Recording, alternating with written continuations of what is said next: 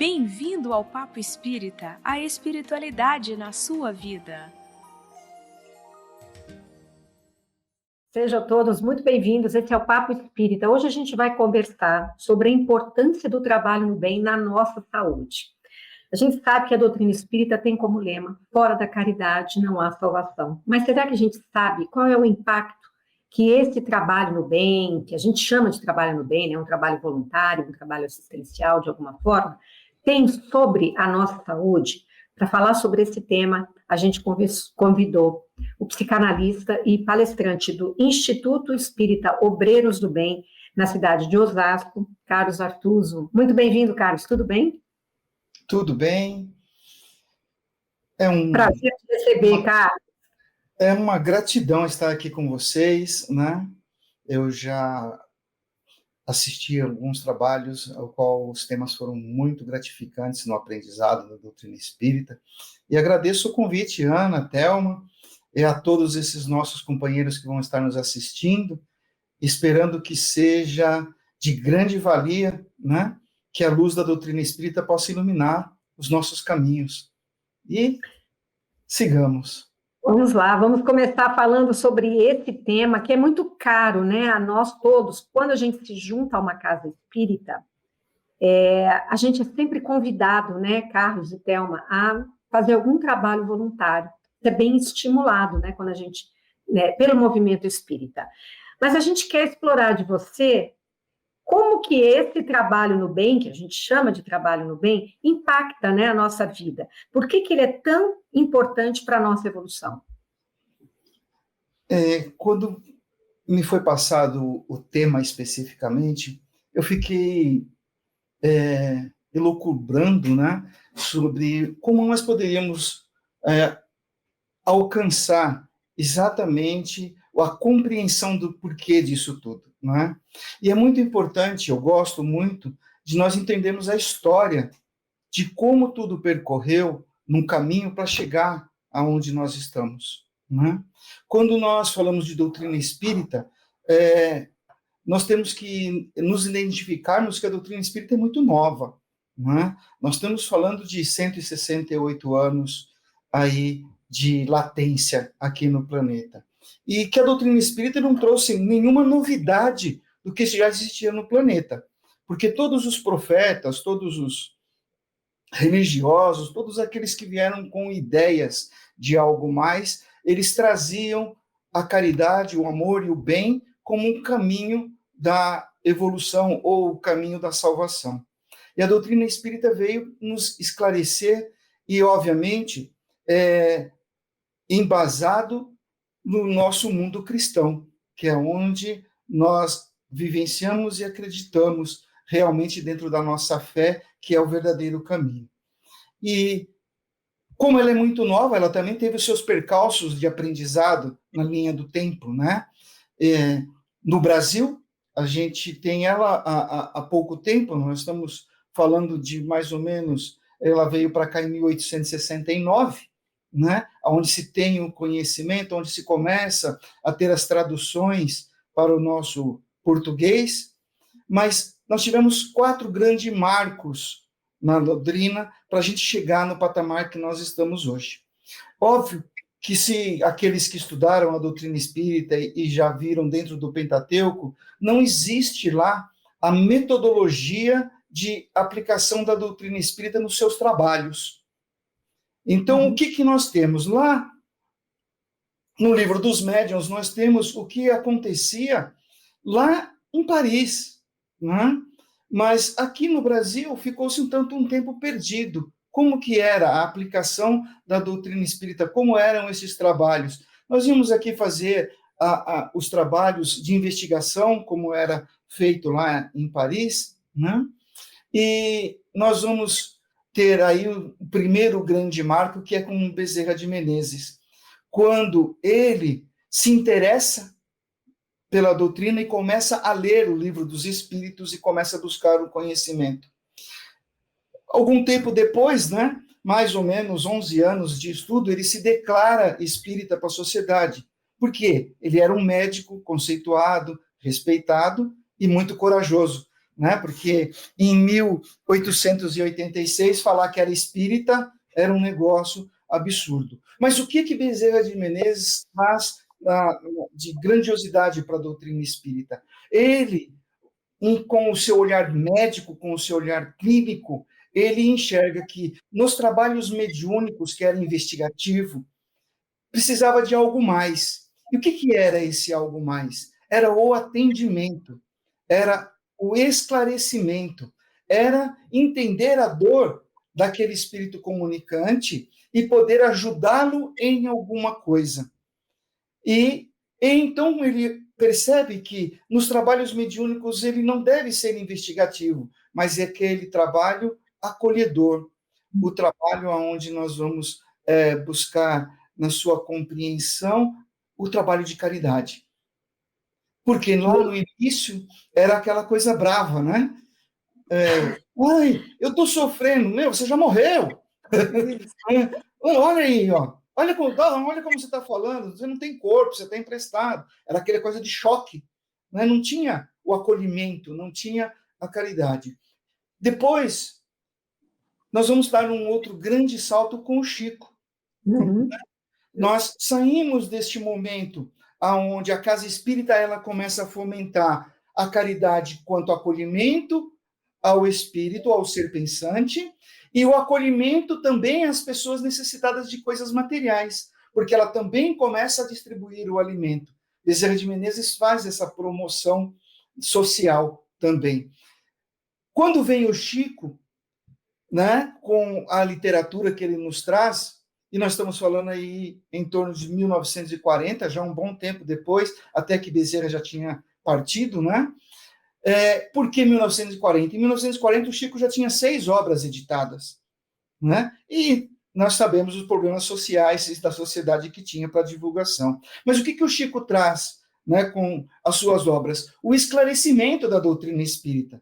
Porque até então, o que se conhecia era o que vinha da França, que eram somente a literatura do Pentateuco e algumas outras obras, mais até científicas, mas o Chico vai trazer o comportamento de quando você está na verdadeira vida. O como que é sair daqui e ir para lá. O como que é estar lá e qual é essa experiência. Quando o Chico traz isso e começa a disseminar essa literatura, tanto que logo de cara, ele vamos imaginar logo de cara a força de expressão, né? Mas os primeiros livros, nós estamos falando de 2.000 anos, né? E o Brasil, Pátria do Evangelho, né? Coração do Mundo, que eram 2 livros que aguçavam as pessoas a lerem. Porque um era de muita curiosidade, entender o que era esse Brasil, e o outro era um romance verdadeiro, né? Onde realmente os personagens existiram, mas tem uma minúcia de detalhes do clima, das flores, da casa, da vestimenta, que aguçava a curiosidade das pessoas. Né? E com todos os livros que vieram depois, que abriu para o Brasil inteiro o conhecimento da doutrina espírita, através da literatura. Aí nós vamos ter um outro grande marco depois, né? E dentro desse mundo do Chico, vem o grande trabalho da caridade. Porque o Chico, no seu exemplo que ele nos deu, ele assiduamente nos trabalhos mediúnicos, assiduamente no seu trabalho de psicografia dos livros e assiduamente nas atividades dentro da sociedade de ajuda ao próximo.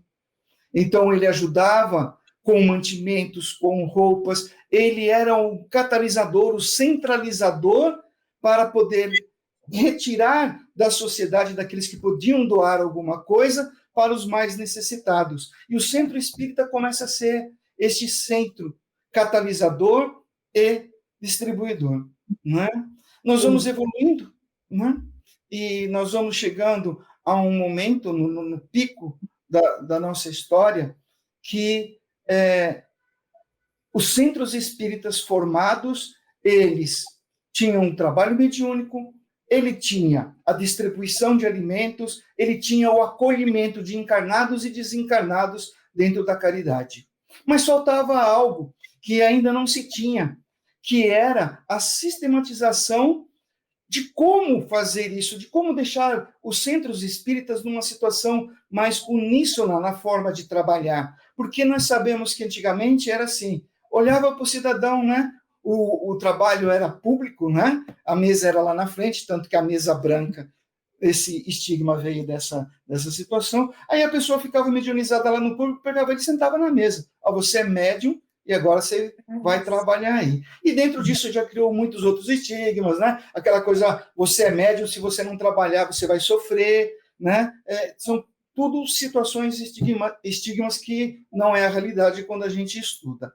Quando a gente chega em 1975, existe um movimento da USE São Paulo, né, que vai fazer o seguinte lema: comece pelo começo.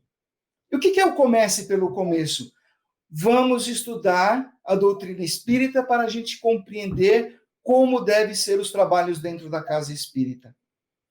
Aí é que nós vamos entrar no terceiro momento da doutrina espírita, onde verdadeiramente vamos começar a estudar a doutrina espírita. Então veja que os passos, eles vão dentro de uma evolução crescendo, o trabalho da caridade, tudo aquilo que foi necessário para que nós pudéssemos chegar agora, e agora chegou o momento do intelectual. Vamos estudar para entender tudo aquilo que a gente está fazendo, para fazer melhor. Então, eram os alicerces necessários para esse crescendo. Nesse momento, né, que começa a sistematizar, a estudar a doutrina espírita, começam a vir, através dos grandes pensadores dentro dos centros, né, as apostilas, começaram a vir os cursos regulares dentro das casas espíritas, começaram a vir as palestras públicas e os trabalhos mediúnicos já reclusos, não mais abertos ao público, porque se fazia necessário desmistificar. A doutrina espírita, ela tem no seu embasamento a transformação moral do ser, que é a proposta do Cristo. Só que nós tivemos que dar estes passos ainda bem materiais, né, materialistas, para que nós pudéssemos chegar neste patamar.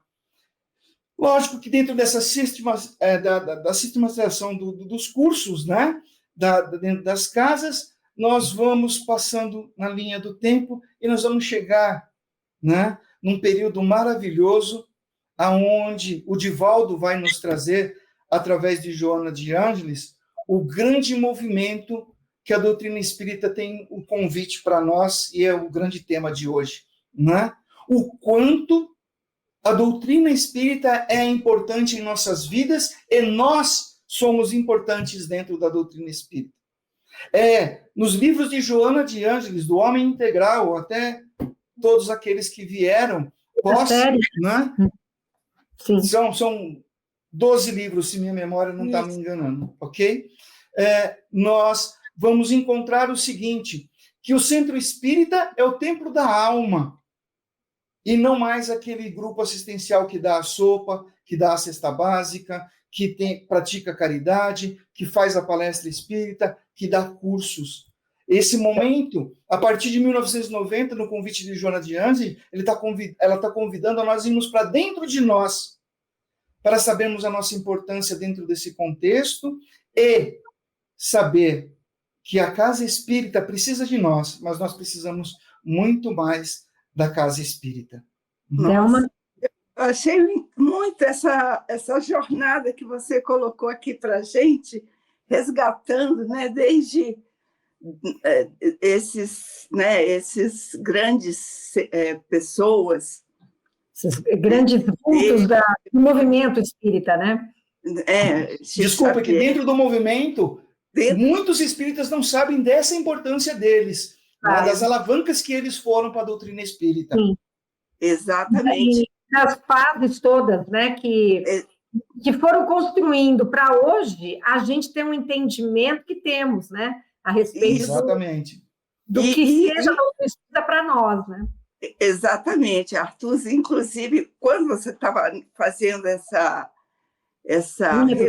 perspectiva de, né, trazendo essa história para a gente, eu estava mentalizando, por exemplo, doutor Bezerra de Menezes, um dos fatos marcantes do trabalho de caridade dele foi ele dar o anel para uma senhora, né, que só não tinha condições e tudo, e o único bem que ele tinha era aquele anel de formatura como médico, tudo, e ele deu.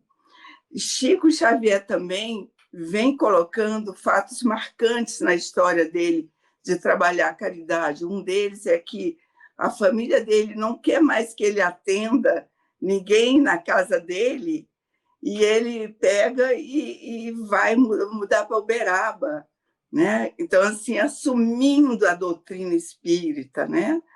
E vem também Divaldo, também com a sua conduta, com a sua postura, agasalhando esse trabalho de caridade, adotando como pai de mais de 60 crianças, de 600 crianças, assim. Então, assim, todos eles, você foi descrevendo e eu visualizando assim, alguns fatos marcantes que, para a gente que está na jornada espírita, já tem muito tempo, é um referencial na nossa vida, né?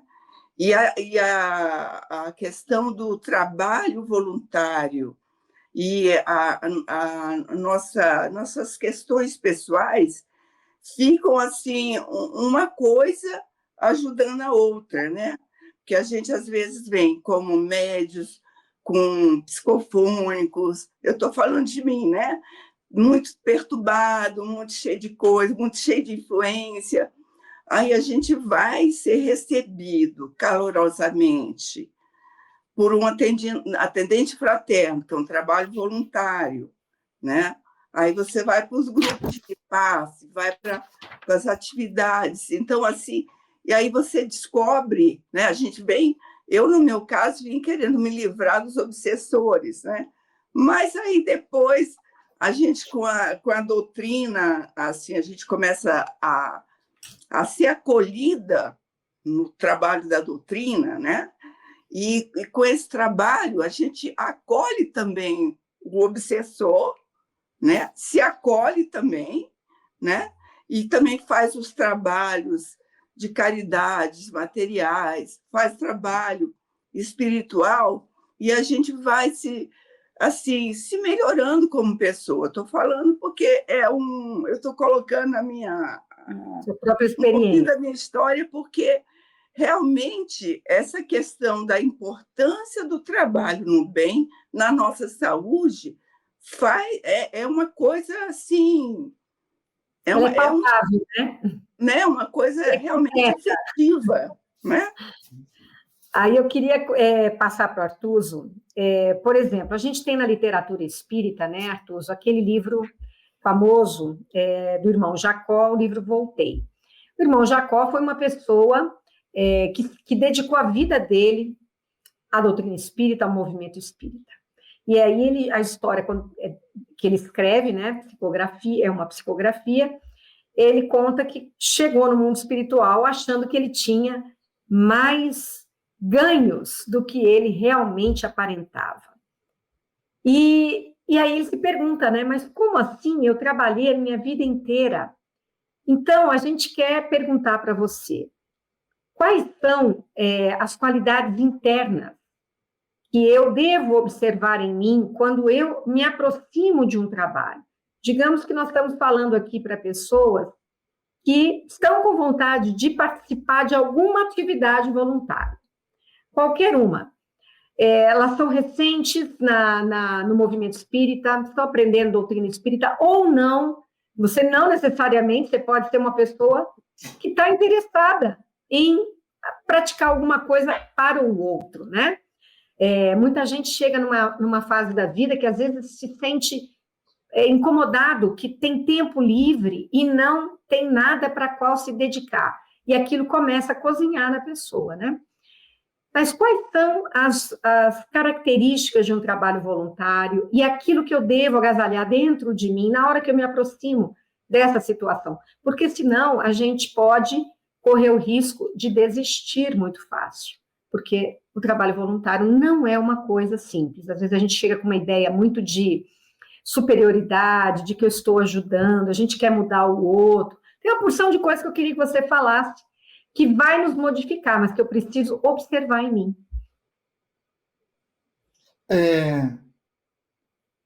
Quando nós estamos falando do trabalho voluntário dentro da casa espírita, e seja ele qual for, né, na verdade, nós vamos buscar dentro de nós, que é o nosso melhor, que é estar atuando dentro do caminho do bem.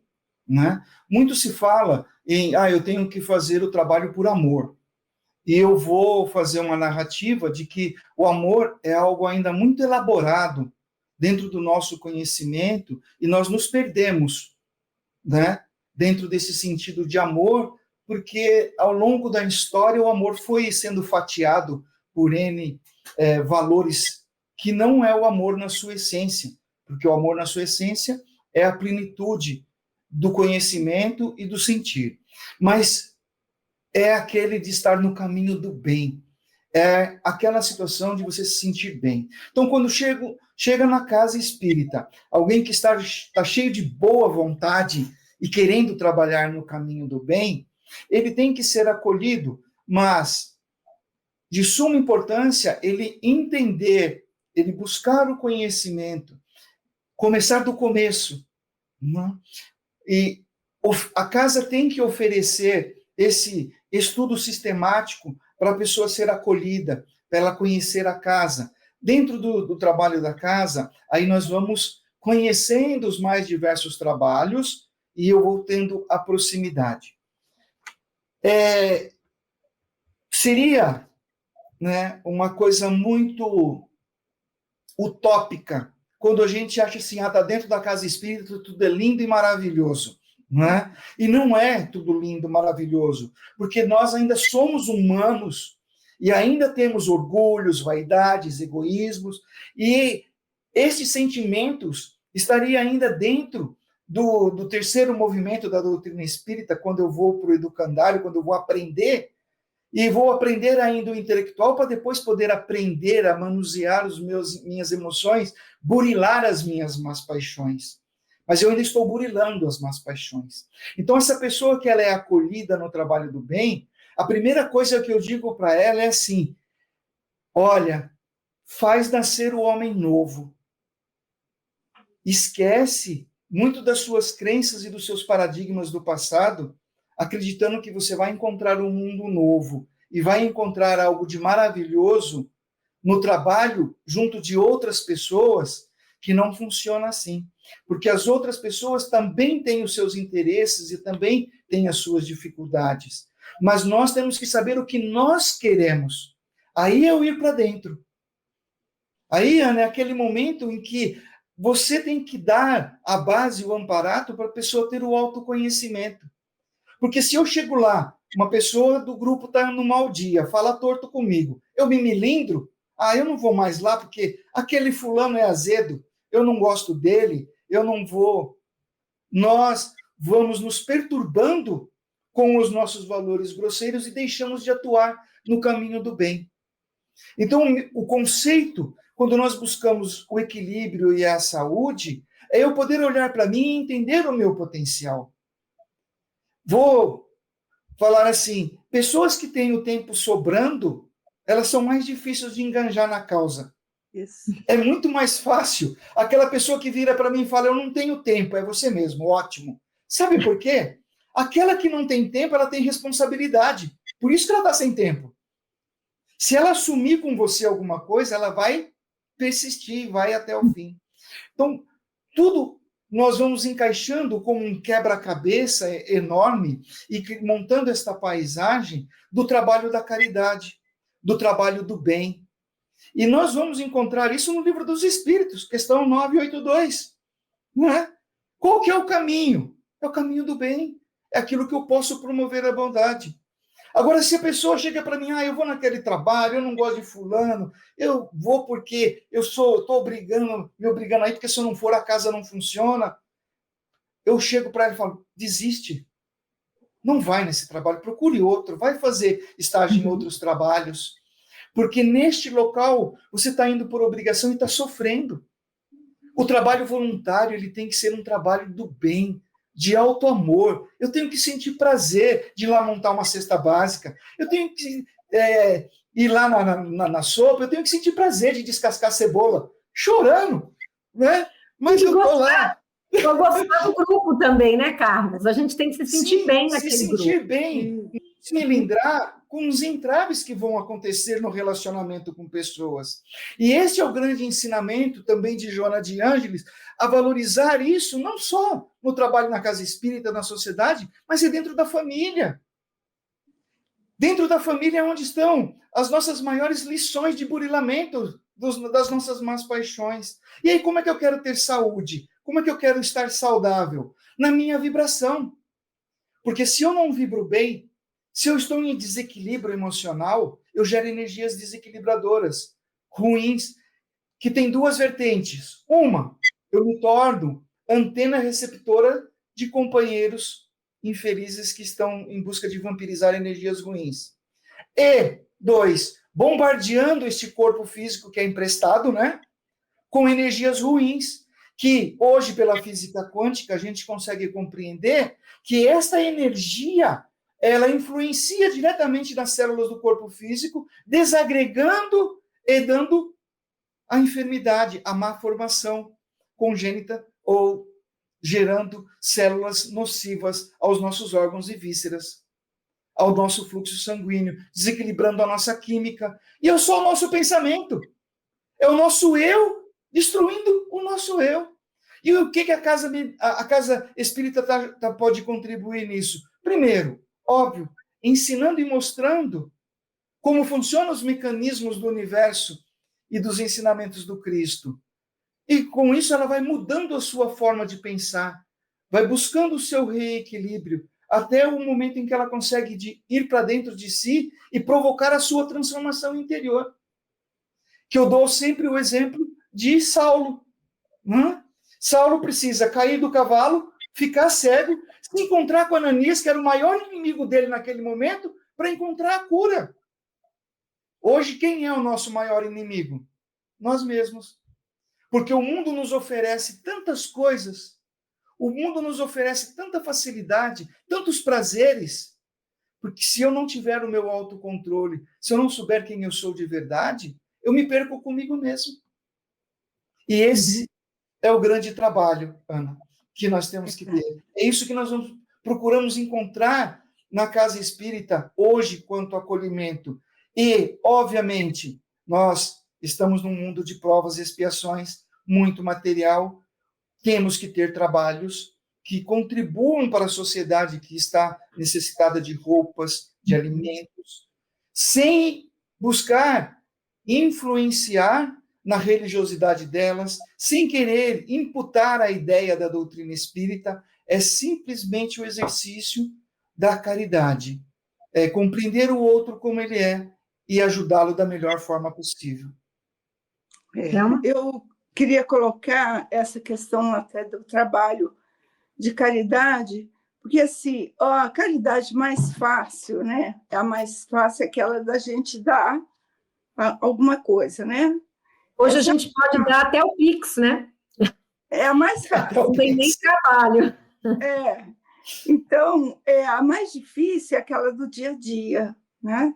Seja do dia a dia no centro espírita, você acolher alguém, ouvir, fazer o trabalho, ou conviver com as pessoas do grupo, ou também essa caridade, como você está falando, de conviver com as pessoas na sua casa, seus mais próximos, né? Essa caridade, por quê? Porque vai mexer com a gente, vai mexer com os nossos melindres, a gente vai se mexer com o autoconhecimento. Então, ela realmente é a mais difícil, porque ela exige um esforço maior nosso. Porque você dá coisa, você nem olha, acabou. Mas essa de estar do dia a dia, em todos os lugares, é a mais complicada, né, Arthur? É a mais complicada. E eu sempre aconselho, né? Eu conheço alguns grupos que saem para as ruas para levar alimentos aos necessitados, né, à noite. E eu sempre digo para eles, não façam isso correndo.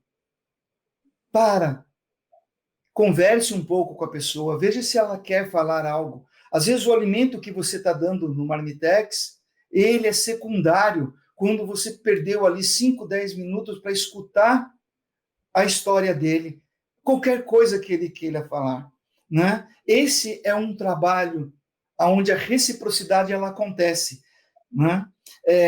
Que é o trabalho de ouvir a história do outro e você poder se sensibilizar e ver que a sua história, às vezes, também passou por algumas situações como essa. Que dentro de um trabalho mediúnico, se eu não fizer este mecanismo, se eu achar que eu estou indo lá, como eu sou um médium, eu vou lá só para dar a comunicação e eu fiz a minha parte, não. A minha parte é aprender com aquela comunicação, é escutar o que está acontecendo, porque senão o amanhã serei eu dando comunicação na mesma situação do outro. Quando nós falamos, né, do livro Voltei, e é uma narrativa de um fato que acontece lá, acontece isso com muitos espíritas, porque acha que trabalhou 30, 40 anos na casa espírita, né? Distribuiu sopa, deu curso, fez palestra, falava com pessoas, né? Só que isso era... Qual era realmente o sentimento que ele estava colocando naquilo? Era uma coisa que ele estava fazendo no automático. E o que o irmão Jacob encontra é exatamente isso. Ele fez muito, mas ele fazia naquela forma automática, no material. E aí, quando ele chega lá, ele se surpreende e fala, eu estou achando que eu ia ser um ser iluminado e eu estou aqui. Sou igual ao que eu saí de lá. Não tenho, eu vejo as pessoas iluminadas e eu não tenho luz, que é uma das coisas que choca ele, né? E o que nós vamos ver também dentro do nosso mundo espírita é exatamente isso. Às vezes tem aquelas ameaças, né? É que o espírita vai ficar tudo no umbral porque ele estuda, mas não pratica. Alguém já leu alguma literatura aí que falou assim, o espírita estava lá e ficou no umbral porque ele não foi ajudado? Ninguém. Todos foram ajudados. Seria um desamor de Deus para qualquer um, porque ele tem uma bandeira XYZ e ele tem mérito e demérito porque ele sabia e não cumpriu. Eu posso falar assim, eu não sou ignorante, eu sei que estou errando, mas eu tenho que procurar me acertar. Nós somos ainda humanos e estamos falhando nas nossas atitudes. O X da questão é que nós pegamos a nossa régua, porque a gente conhece muito, joga lá em cima, achando que nós vamos chegar na verdadeira vida, como André Luiz chegou, né? Eu sou médico. Ei, peraí, né? Eu vou aqui, eu não posso varrer o chão. Eu sou médico, para compreender dentro da humildade que é um exercício. Nós exercitamos passo a passo esse burilamento. Quando nós falamos da família, no nosso projeto reencarnatório, nós entramos nessa família por quê? Está dentro do nosso projeto reencarnatório. Eu tive o pai que precisava, a mãe que precisava, os irmãos que precisavam, todo aquele núcleo familiar menor, aquelas ferramentas que Deus colocou para me melhorar. E, quando eu transbordar este meu melhoramento, poder contribuir com eles. Mas ainda nós não compreendemos muito bem isso, porque o nosso próximo, mais próximo, é o que mais nos irrita, né? É o que mais nos tira do eixo, né? E, como foi muito bem dito, a gente, com aqueles que são o próximo mais distante, é mais fácil. Ele vem, fala, né? Aí você contrapõe com alguma coisa, vê a necessidade dele e encaminha, né? Então, esse trabalho é mais fácil, mas o trabalho de acolhimento, de acompanhamento, de ter dentro da casa espírita, né, grupos de apoio, tem o atendimento fraterno, ter o grupo de apoio. Dentro desse grupo de apoio, ter o convite ao trabalho. Por que o trabalho? O trabalho ocupa a mente. Exato. O trabalho vai ocupar em alguma coisa que vai focar aquela pessoa a conviver com outras pessoas no intuito único de ajudar ao próximo e também poder entender como o sofrimento de outras pessoas são muito próximos do dela. Então, quando a gente fala no grupo de apoio, o grupo de apoio tem esse papel, né?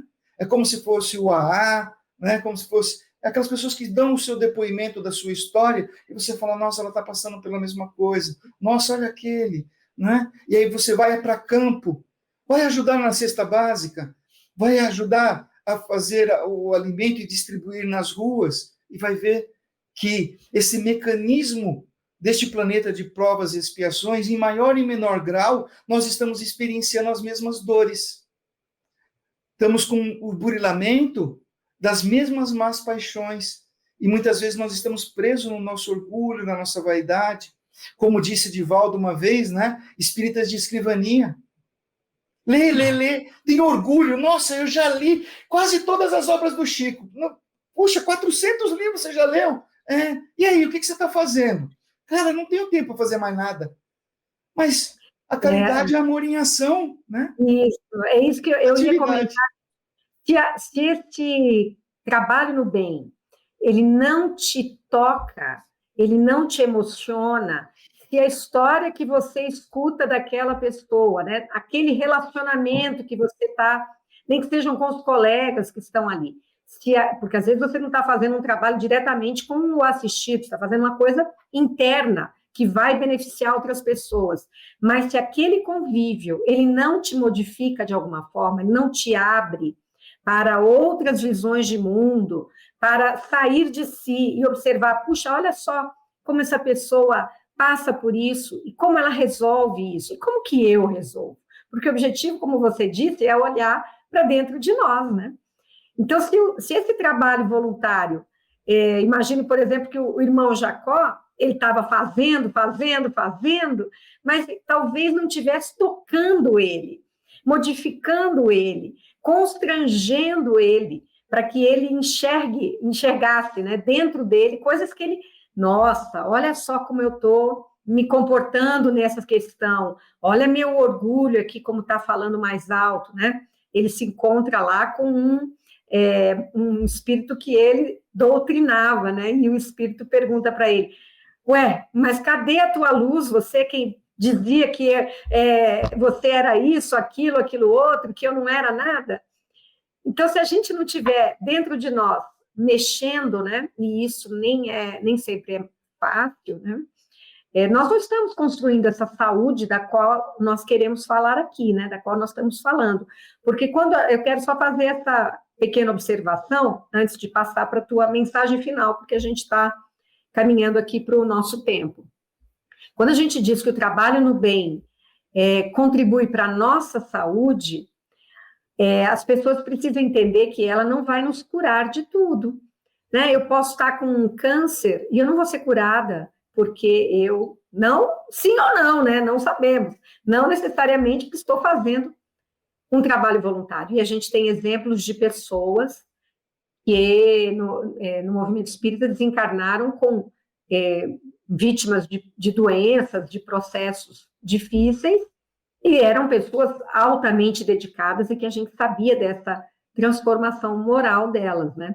Mas a forma como a gente enfrenta, né? A forma como o espírito vai trabalhar aquilo que é a saúde da qual a gente se refere, né? Eu queria que você, para a gente concluir aqui, deixasse uma mensagem para nós, porque você falou coisas muito bonitas sobre essa construção interna, né? Como é que você pode, Artuso, ser tocado por essa vontade de construir em você essa caminhada e partir para esse convívio, esse auxílio, se dar, né, se doar mais nesse trabalho no bem, mas também olhando da sua perspectiva, eu quero me melhorar como ser humano.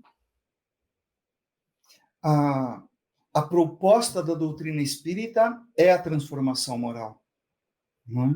Quando nós adentramos a doutrina, eu tenho que, como primeiro tópico, compreender que esse é o objetivo dela.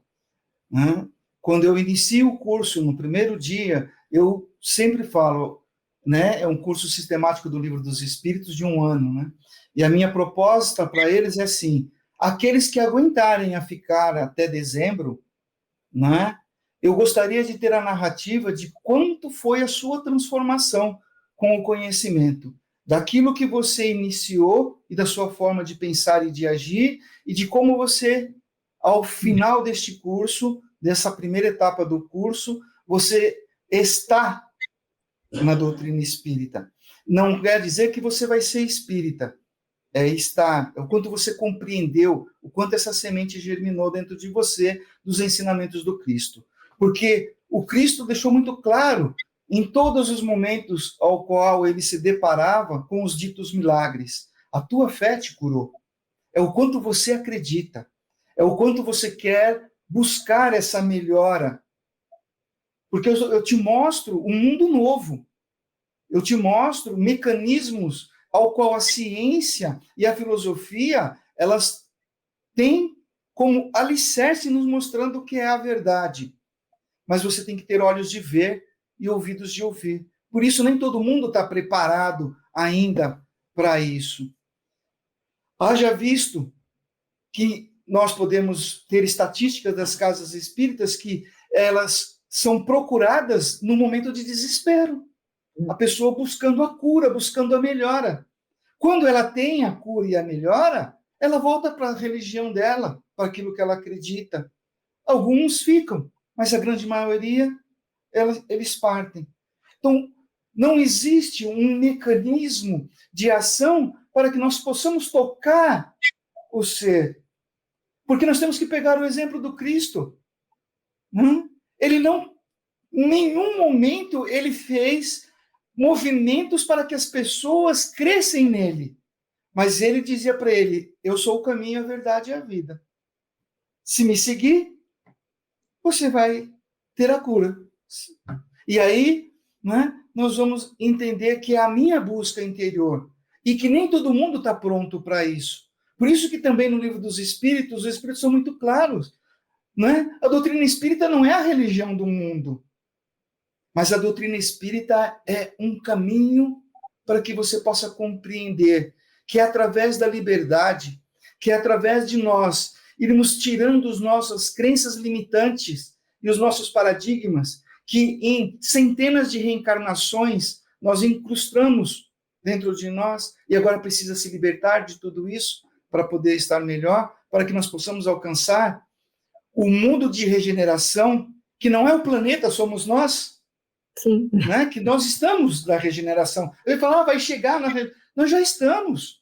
Só que é um caminho, como nós fizemos aqui o breve histórico da doutrina espírita, é um caminho que nós vamos chegar nessa regeneração. Então, as pessoas, elas têm que primeiro sentir a necessidade de buscar. Sentir dentro do coração que a doutrina espírita realmente ela é libertadora, porque o conhecimento abre as portas. E não as portas estreitas, abrem as portas largas. Porque quando eu tenho o conhecimento, eu vou estar no meu trajeto reencarnatório de uma forma muito mais eficiente, compreendida. E aí, eu não vou odiar o outro, porque ele é X, Y, Z.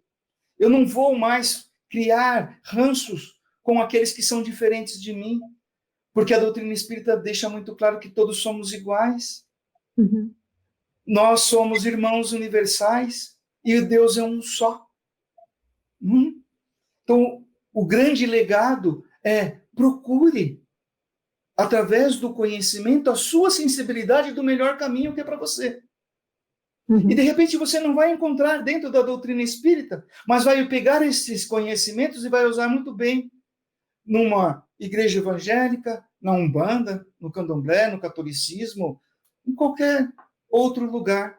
Porque nós sabemos que cada um está num nível evolutivo diferente um do outro, mas que o caminho é um só.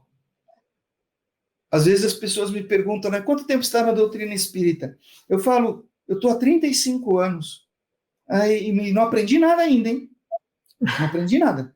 Aí, não, a única diferença entre eu e essa outra pessoa é que eu cheguei primeiro. É o tempo. Mas nós estamos em igualdade em qualquer situação.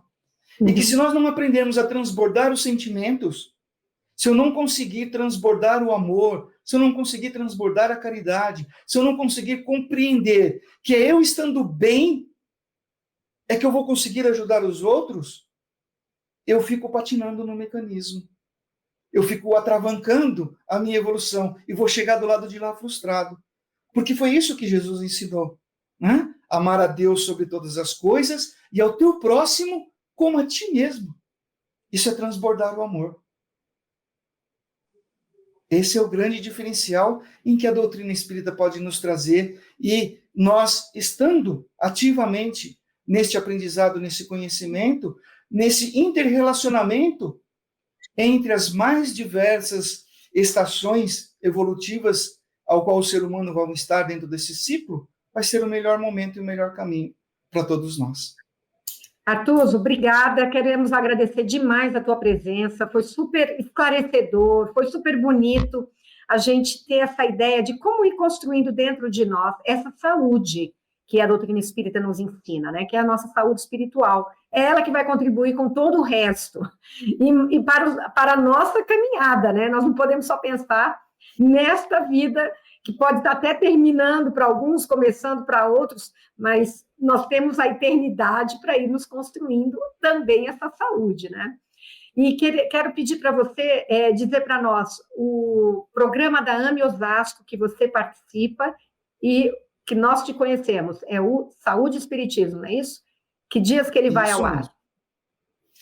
Esse programa vai ao ar às terças-feiras. Na verdade, ele fica no YouTube gravado, então você pode assistir todos eles, tá? Então é só entrar na AME Osasco e você vai ter todos os vídeos, e é um estudo sistemático, tá? O tema é anual, ele começa mais ou menos no mês 3, no mês 4, a cada 15 dias tem um tema e vai finalizar em novembro.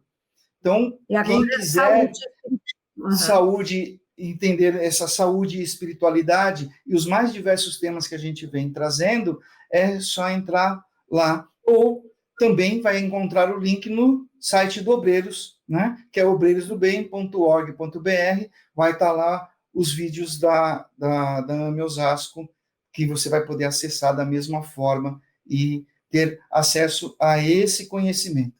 E se tiver dúvida, entre em contato conosco, que lá tem o botão do contato, a gente pode trocar informações aí.